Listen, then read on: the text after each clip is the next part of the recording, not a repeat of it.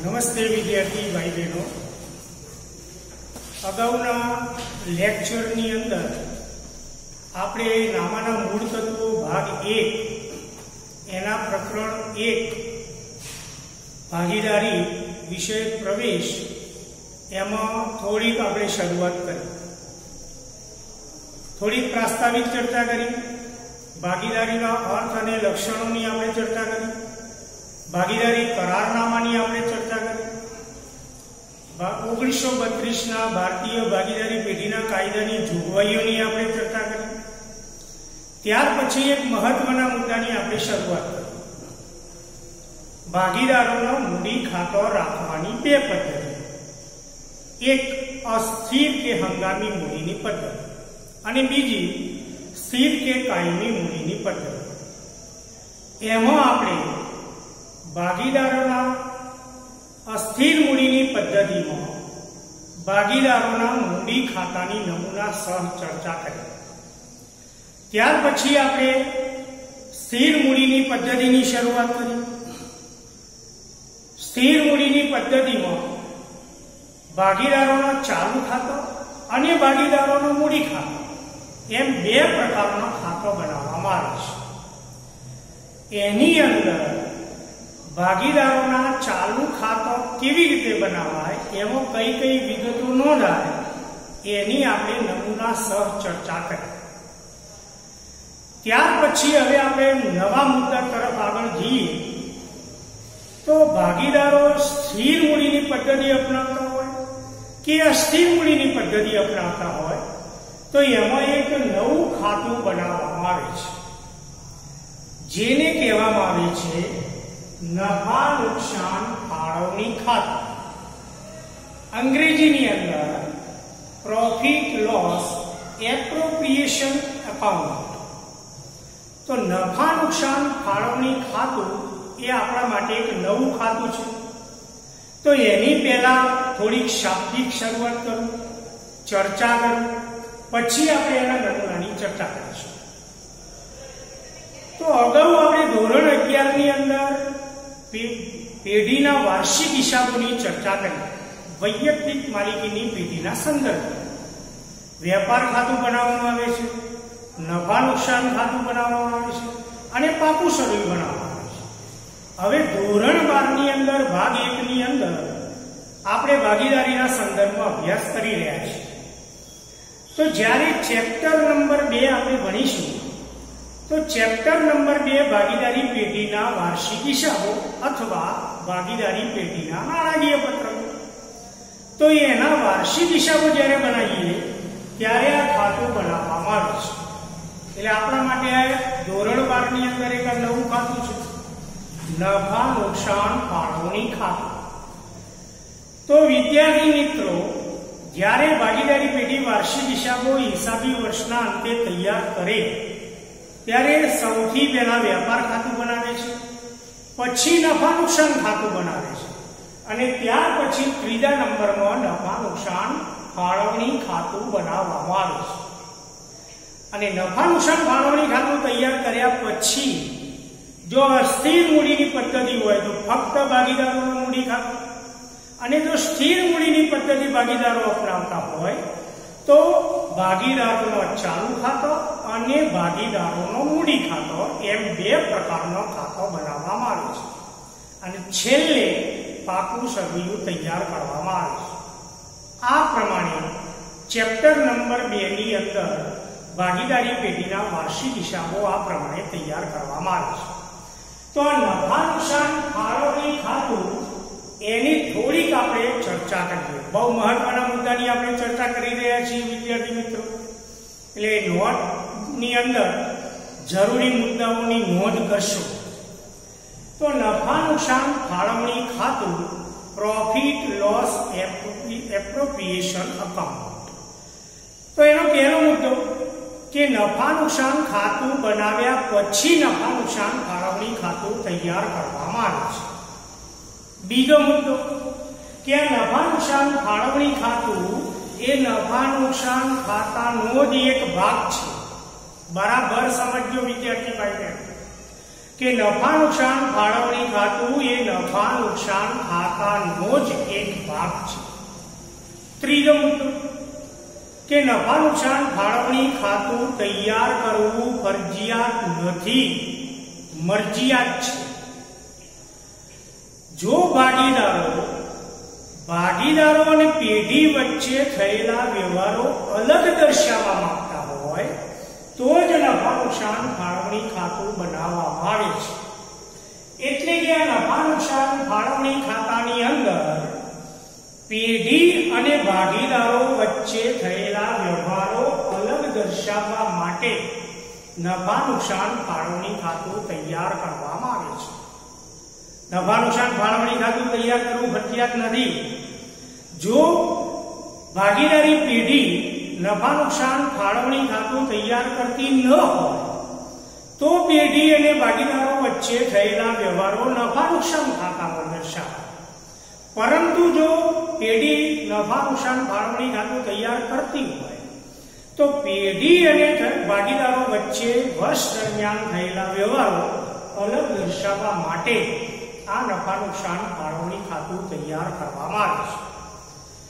નફા નુકસાન ફાળવણી ખાતાને બીજા શબ્દોમાં નફા નુકસાન હવાલા ખાતું પણ કહેવાય અને ત્રીજા શબ્દોમાં નફા નુકસાન વહેંચણી ખાતું પણ કહેવામાં આવે છે.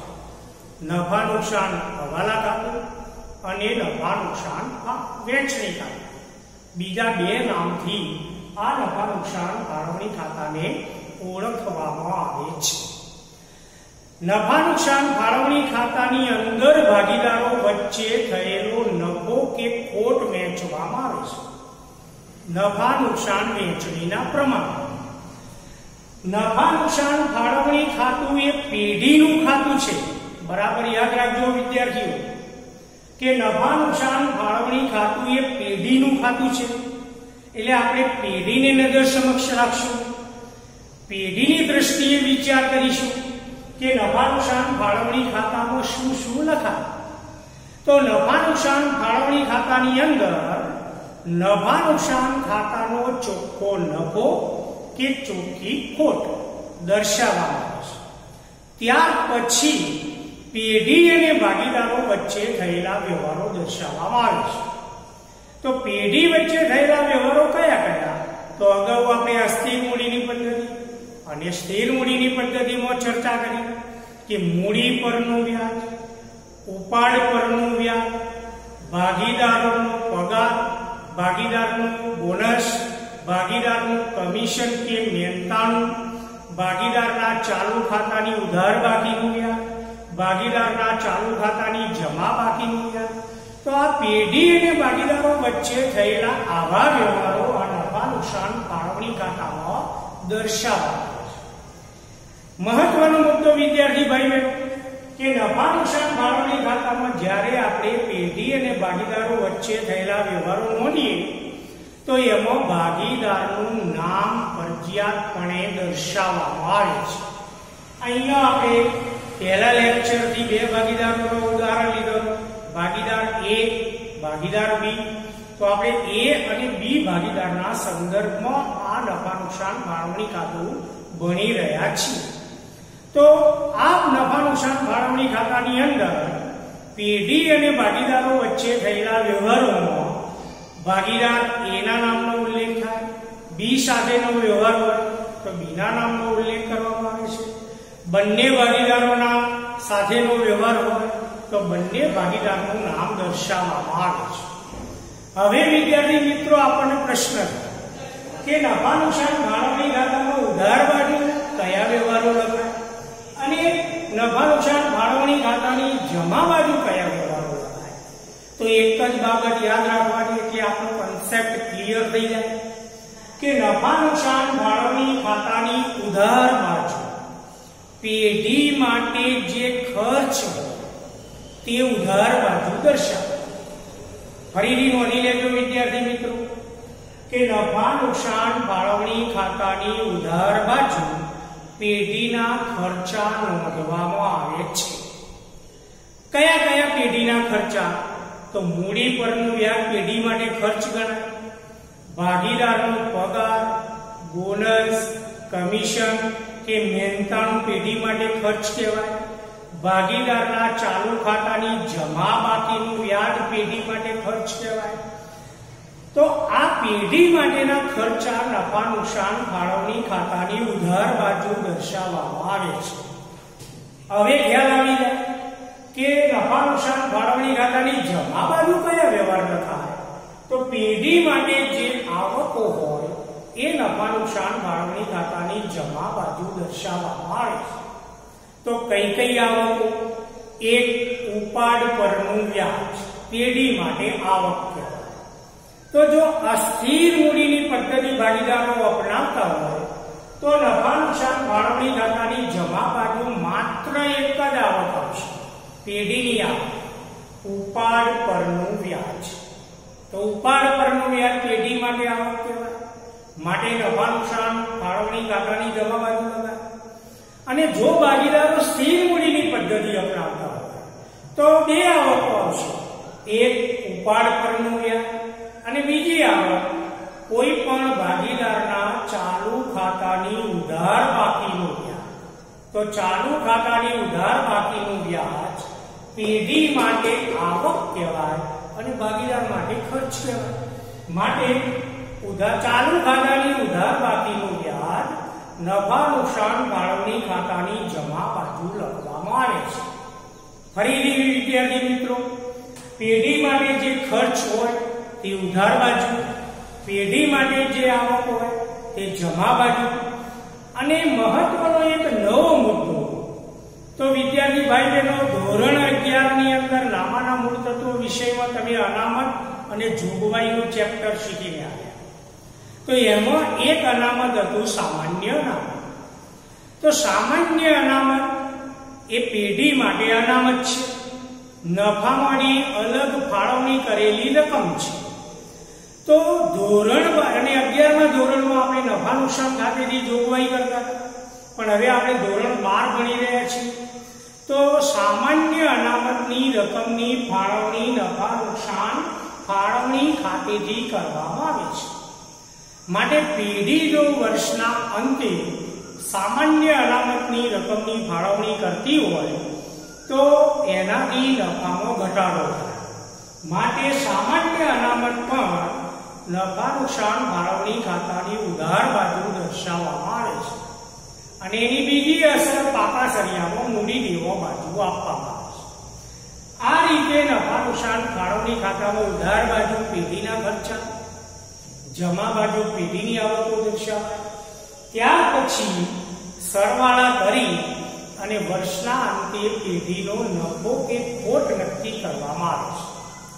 આ નફા કે ખોટને વેચણી પાત્ર નફો કે વેચણી પાત્ર ખોટ કહેવામાં આવે છે. આ વેચણી પાત્ર નફો કે ખોટ ભાગીદારો વચ્ચે નફા નુકસાન વેચણીના પ્રમાણમાં વેચી દેવામાં આવે છે. અને એ નફો કે ખોટ અસ્થિર મૂડીની પદ્ધતિમાં ભાગીદારોના મૂડી ખાતે અને સ્થિર મૂડીની પદ્ધતિમાં ભાગીદારોના ચાલુ ખાતે લઈ જવામાં આવે છે. હવે મેં આજે નફા નુકસાન ફાળવણી ખાતાની ચર્ચા કરી, એના નમૂનો હું તૈયાર કરું છું. તો આપ પણ મારી સાથે આ નમૂનો તૈયાર કરશો. ફરીથી હું ચર્ચા કરતો જઈશ અને તમે નોટબુકની અંદર નોંધ કરો. સૌથી પહેલા હેડિંગ કે ભાગીદાર A અને B ની પેઢીનું તારીખ ખાલી જગ્યાના રોજ પૂરા થતા વર્ષનું નફા નુકસાન ફાળવણી ખાતું. જે ભાગીદારો હોય એનું નામ લખાય, હિસાબી વર્ષ જે તારીખે પૂરું થતું હોય એ હિસાબી વર્ષની છેલ્લી તારીખ લખાય. ઉધાર, જમા. હવે આપણે ઉધાર બાજુનો નમૂનો પહેલા તૈયાર. તો સૌથી પહેલા આના અગાઉ નફા નુકસાન ફાળવણી ખાતાની અગાઉ પેઢીએ નફા નુકસાન ખાતું તૈયાર કર્યું. એ નફા નુકસાન ખાતું જે નફો કે ખોટ બતાવે તેને આપણે ચોખ્ખો નફો કે ચોખ્ખી ખોટ કહીએ છીએ. તો એ નફા નુકસાન ખાતાનો ચોખ્ખો નફો કે ખોટ નફા નુકસાન ફાળવણી ખાતાની અંદર લાવવામાં આવે છે.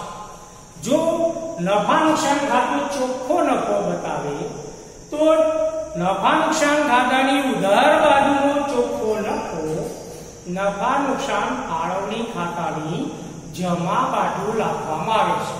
થોડું ભૂતકાળ આપણે યાદ કરીશું એટલે આખી હિસાબી પ્રક્રિયાનો ખ્યાલ આવી જાય કે નફા નુકસાન ખાતામાં ઉધાર બાજુ નફો હશે એટલે નફા નુકસાન ખાતાની જમા બાજુ, તો એ નફો નફા નુકસાન ફાળવણી ખાતાની જમા બાજુ લખવામાં આવે છે.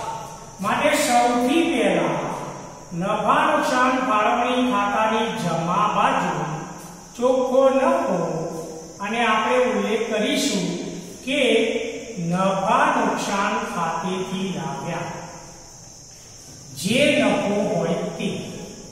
આના કરતો વિરુદ્ધ કે કદાચ નફા નુકસાન ખાતું ખોટ બતાવે તો એ ખોટ નફા નુકસાન ફાળવણી ખાતાની ઉધાર બાજુ દર્શાવે.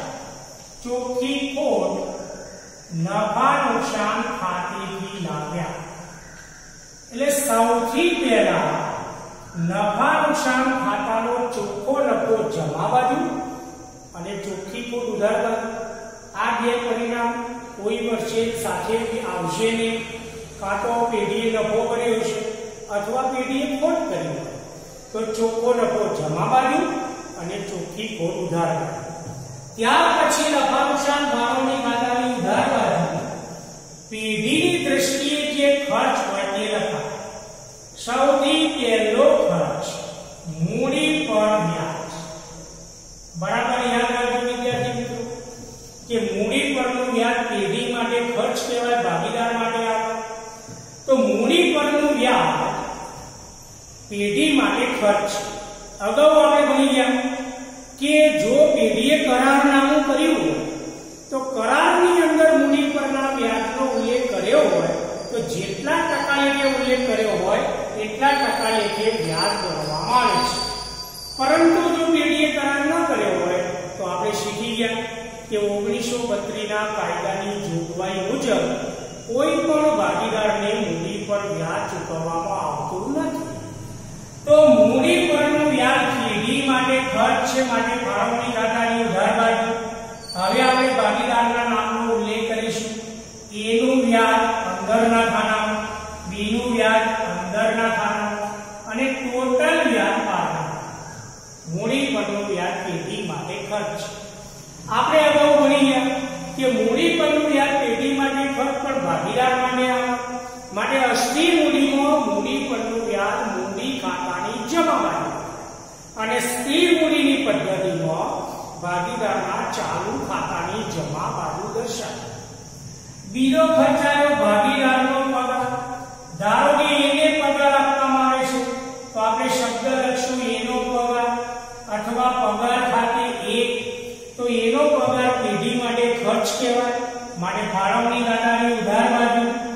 એ જ પ્રમાણે ધારો કે B નામના ભાગીદારને બોનસ આપવામાં આવતું હોય તો B નું બોનસ અથવા બોનસ ખાતે B તો પેઢી માટે ખર્ચ કહેવાય. કોઈ પણ ભાગીદારને વર્ષના અંતે કમિશન ચૂકવવામાં આવતું હોય તો કમિશન ખાતે જે ભાગીદારને ચૂકવવામાં આવતું હોય એનું નામ દર્શાવાય. મહેનતાણું ચૂકવવામાં આવતું હોય તો મહેનતાણા ખાતે જે ભાગીદારને મહેનતાણું ચૂકવવામાં આવતું હોય તે. આ બધી જ રકમો પેઢી માટે ખર્ચ કહેવાય અને ભાગીદાર માટે આવક. આવક ભાગીદાર માટે છે, માટે જો અસ્થિર મૂડીની પદ્ધતિ હોય તો મૂડી ખાતાની જમા બાજુ અને સ્થિર મૂડીની પદ્ધતિ હોય તો ભાગીદારના ચાલુ ખાતાની જમા બાજુ બતાવવામાં આવે છે. સૂચના મુજબ ભાગીદારને પગાર, બોનસ, કમિશન કે મહેનતાણું આપવામાં આવે. પેઢીએ જો કરાર કર્યો હોય તો કરારમાં બધી બાબતોની સ્પષ્ટતા હશે. માટે કરારનું પાલન થાય તો કરાર મુજબ ચૂકવણી કરવામાં આવે છે. અને જો કરાર ન કર્યો હોય તો 1932 ના કાયદાની જોગવાઈ મુજબ કોઈ પણ ભાગીદારને મૂડી પરનું વ્યાજ ચૂકવવામાં આવતું નથી. કોઈ પણ ભાગીદારને પગાર, બોનસ, કમિશન કે મહેનતાણું ચૂકવવામાં આવતું નથી. આ બરાબર યાદ રાખજો મિત્રો. ત્યાર પછીનો મુદ્દો અગાઉ આપણે ભણી ગયા કે જો સ્થિર મૂડીની પદ્ધતિ હોય તો ભાગીદારના ચાલુ ખાતાનું વ્યાજ ફાળવણી ખાતામાં આવશે. પણ અસ્થિર મૂડીની પદ્ધતિ હોય તો એમાં ચાલુ ખાતાના વ્યાજનો પ્રશ્ન ઉપસ્થિત થતો નથી. આ ખ્યાલ આપણે સ્થિર મૂડીના સંદર્ભમાં ચર્ચા કરી કે જો ભાગીદારો સ્થિર મૂડીની પદ્ધતિ અપનાવે છે તો સ્થિર મૂડીની પદ્ધતિમાં ભાગીદારોના ચાલુ ખાતા બનાવેલો, ચાલુ ખાતાની જમા બાકી પણ હોઈ શકે, ચાલુ ખાતાની ઉધાર બાકી પણ હોઈ શકે. તો જો કોઈ ભાગીદારોનું ચાલુ ખાતું જમા બાકી બતાવતું હોય તો એ ચાલુ ખાતાની જમા બાકીનું વ્યાજ પેઢી માટે ખર્ચ કહેવાય. માટે નફા નુકસાન ફાળવણી ખાતાની ઉધાર બાજુ દર્શાવવામાં આવે છે. ધારો કે આપણે ઉદાહરણ લઈએ કે એ નામના ભાગીદારનું ચાલુ ખાતું જમા બાકી બતાવે છે અને કરારની અંદર 10% લેખે વ્યાજ ચૂકવવાનું છે. તો એ નામના ભાગીદારના ચાલુ ખાતાની જમા બાકીનું વ્યાજ પેઢી માટે ખર્ચ છે. માટે ફાળવણી ખાતાની ઉધાર બાજુ દર્શાવો. ચાલુ ખાતાનું વ્યાજ જેટલા ટકા લેખે કહ્યું હોય એટલા ટકા. ભાગીદાર એ નું વ્યાજ હોય તો એ અને બી નું વ્યાજ હોય તો બી. આની બીજી અસર સ્થિર મૂડીની પદ્ધતિમાં ભાગીદારના ચાલુ ખાતાની જમા બાકીનું વ્યાજ પેઢી માટે ખર્ચ છે, ભાગીદાર માટે આવક છે. માટે બીજી અસર ભાગીદારના ચાલુ ખાતાની જમા બાકી. હવે આના વિરુદ્ધ મુદ્દો કે કદાચ કોઈ ભાગીદારનું ચાલુ ખાતું ઉધાર બાકી બતાવતું હોય તો ચાલુ ખાતાની ઉધાર બાકીનું વ્યાજ પેઢી માટે આવક કહેવાય. માટે નફા નુકસાન ફાળવણી ખાતાની જમા બાકી દર્શાવે. તો ફાળવણી ખાતાની જમા બાકી, ધારો કે બી નામના ભાગીદારનું ચાલુ ખાતું ઉધાર બાકી બતાવે છે તો બી નામના ભાગીદારના ચાલુ ખાતાની જમા બાકી ઉધાર બાકીનું વ્યાજ પેઢી માટે આવક કહેવાય. માટે આપણે લખશું ચાલુ ખાતાની ઉધાર બાકીનું વ્યાજ જેટલા ટકા દાખલામાં સૂચના આપી હોય એટલા ટકા અને ભાગીદારના નામનો ઉલ્લેખ થાય તો ઉધાર બાકીનું વ્યાજ પેઢી માટે આવક ગણાય, ભાગીદાર માટે ખર્ચ કહેવાય. માટે એની બીજી અસર સ્થિર મૂડીની પદ્ધતિમાં ભાગીદારના ચાલુ ખાતાની ઉધાર બાજુ બતાવવામાં આવે છે. ત્યાર પછી જમા બાજુ એક બીજો મુદ્દો આવશે. સ્થિર મૂડીની પદ્ધતિ હોય કે અસ્થિર મૂડીની પદ્ધતિ, ઉપાડ પરનું વ્યાજ. તો ઉપાડ પરનું વ્યાજ પેઢી માટે આવક ગણાય, ભાગીદાર માટે ખર્ચ. માટે આપણે શબ્દ લખશું ઉપાડ પર વ્યાજ. હવે બંને ભાગીદારોના ઉપાડનું વ્યાજ હોય તો બંને ભાગીદારોનું આપણે નામ લખશું. એ નું વ્યાજ અંદરના ખાનામાં, બી નું વ્યાજ અંદરના ખાનામાં. ટોટલ વ્યાજ 12 કરારની અંદર ધારો કે 10% ઉપાડ પરનું વ્યાજ ગણવાની સૂચના આપી હોય તો 10% લેખે ગણતરી કરીશું. પરંતુ જો પેઢીએ કરાર ન કર્યો હોય તો 1932 ના કાયદાની જોગવાઈ મુજબ કોઈ પણ ભાગીદાર પાસેથી પેઢી ઉપાડનું વ્યાજ વસૂલ કરી શકે નહીં. પણ સૂચના હોય તો આપણે કરારની શરતનું પાલન કરીશું. તો ચાલુ ખાતાની ઉધાર બાકીનું વ્યાજ અને ઉપાડનું વ્યાજ બંને રકમો પેઢી માટે આવક છે. માટે નફા નુકસાન ફાળવણી ખાતાની જમા બાજુ દર્શાવે. હવે ઉધાર બાજુ નવો મુદ્દો વિદ્યાર્થી મિત્રો, સામાન્ય અનામતની વાત કરી તો સામાન્ય અનામતની ફાળવણી નફા નુકસાન ફાળવણી ખાતેથી કરવામાં આવે છે. ધોરણ 11 ની અંદર ભણી ગયા કે સામાન્ય અનામતની ફાળવણી નફા નુકસાન ફાળવણી ખાતેથી. તો દાખલામાં જો સામાન્ય અનામતની સૂચના આપી હોય તો જેટલા ટકા લેખે નફામાંની રકમ ફાળવવાની હોય એટલા ટકા લેખે ફાળવણી ઉધાર બાજુ બતાવવામાં આવે છે. કારણ કે પેઢીનો નફો ઘટે છે તો પેઢી માટેના ખર્ચા ઉધાર બાજુ, પેઢી માટેની આવકો જમા બાજુ. આ પ્રમાણે નફા નુકસાન ફાળવણી ખાતું તૈયાર કરવામાં આવે છે. હવે છેલ્લે આપણે ફાળવણી ખાતા અને અગાઉ આપણે ચર્ચા કરી, ફરીથી રિપીટ કરી લો મિત્રો, ભૂલ ન થાય. વાર્ષિક હિસાબના સંદર્ભમાં આપણે આ ચેપ્ટર ભણી રહ્યા છીએ. 11 નંબર વાર્ષિક હિસાબનો દાખલો આવશે, એમાં ખાતું આપણે બનાવવાનું રહેશે. તો મેનેજરનું કમિશન અને ભાગીદારની લોનનું વ્યાજ બંને નાણાકીય ખર્ચ, બંને ખર્ચ માટે એ બંને ખર્ચ નફા નુકસાન ખાતાની ઉધાર બાજુ લખાય પણ નફા નુકસાન ફાળવણી ખાતામાં દર્શાવવામાં આવતું નથી. અને એની બીજી અસર પાકા સળિયામાં આપવામાં આવે છે. તો આ પ્રમાણે નફા નુકસાન ફાળવણી ફાળવણી ખાતું તૈયાર થાય. હવે છેલ્લે વિદ્યાર્થી મિત્રો કે નફા નુકસાન ફાળવણી ખાતાનું પરિણામ આપણે નક્કી કરીએ. તો નફા નુકસાન ફાળવણી ખાતાની જમા બાકી પણ હોઈ શકે, ઉધાર બાકી પણ હોઈ શકે. ધારો કે નફા નુકસાન ફાળવણી ખાતામાં જમા બાજુનો સરવાળો વધારે થાય છે, ઉધાર બાજુનો સરવાળો ઓછો છે, તો ડિફરન્સ ઉધારમાં આવશે. તો એ ડિફરન્સ ઉધારમાં જે આવશે એ નફા નુકસાન ફાળવણી ખાતાની જમા બાકી કહેવાય. અને એ નફા નુકસાન ફાળવણી ખાતાની જમા બાકીને વેચણી પાત્ર નફો એની વેચણી ભાગીદારો વચ્ચે નફા નુકસાનના પ્રમાણમાં કરવાનું. માટે અહીંયા વેચણી કરવા જગ્યાની જરૂર પડશે. માટે અહીંયા 4-5 લીટી જવા દે અને આપણે સરવાળાની લીટી દોરીશું. નામું એ કળા છે વિદ્યાર્થી મિત્રો 11મા ધોરણમાં શીખીને. તો જમા બાજુનો સરવાળો આપણે પહેલા વધારે છે, એ સરવાળો આપણે ઉધાર બાજુ મૂકી દીધો તો તફાવત અહીંયા ઉધાર બાજુ આવશે. તો આને નફા નુકસાન ફાળવણી ખાતાની જમા બાકી કહેવાય. અને એ જમા બાકીને આપણે કહીએ છીએ વેચણી પાત્ર નફો. તો ઉપર આપણે પહેલી લીટીનો ઉલ્લેખ કરશું વેચણી પાત્ર નફો. હવે આ નફો ભાગીદારો વચ્ચે નફા નુકસાન વેચણીના પ્રમાણમાં વહેંચાય. જો કરાર કર્યો હોય તો કરારની અંદર નફા નુકસાન વેચણીના પ્રમાણનો ઉલ્લેખ હોય તો એ પ્રમાણે વહેંચાય. કરાર ન કર્યો હોય તો 1932ના કાયદાની જોગવાઈ મુજબ સરખા હિસ્સે ભાગીદારો વચ્ચે નફો નુકસાન વહેંચવામાં આવે છે. તો આ વેચણી પાત્ર નફો એ અને બી, એનો નફો અંદરના ખાના, બીનો નફો અંદરના ખાનામાં ટોટલ નફો બહારના. આ નફો અસ્થિર મૂડીની પદ્ધતિમાં ભાગીદારના મૂડી ખાતાની જમા બાજુ લઈ જવાય. અને જો સ્થિર મૂડીની પદ્ધતિ હોય તો ભાગીદારના ચાલુ ખાતાની જમા બાજુ લઈ જવામાં આવે છે. હવે એના કરતા વિરુદ્ધ મુદ્દો કે કદાચ નફા નુકસાન ફાળવણી બાજુ ઉધાર બાજુનો સરવાળો વધારે બતાવે છે તો તફાવત જમામાં આવશે. તો એને નફા નુકસાન ફાળવણી ખાતાની ઉધાર બાકી કહેવામાં આવે છે. આ ઉધાર બાકીને વેચણી પાત્ર ખોટ કહેવાય. માટે આપણે શબ્દો લખશું વેચણી પાત્ર ખોટ અને ઉલ્લેખ કરશું કે જો અસ્થિર મૂડીની પદ્ધતિ હોય તો મૂડી ખાતે લઈ જવાય અને સ્થિર મૂડીની પદ્ધતિ હોય તો એને ચાલુ ખાતે લઈ જવામાં આવે છે. અને એ ખોટની ભાગીદારો વચ્ચે નફા નુકસાન વેચણીના પ્રમાણમાં વહેંચવામાં આવે છે.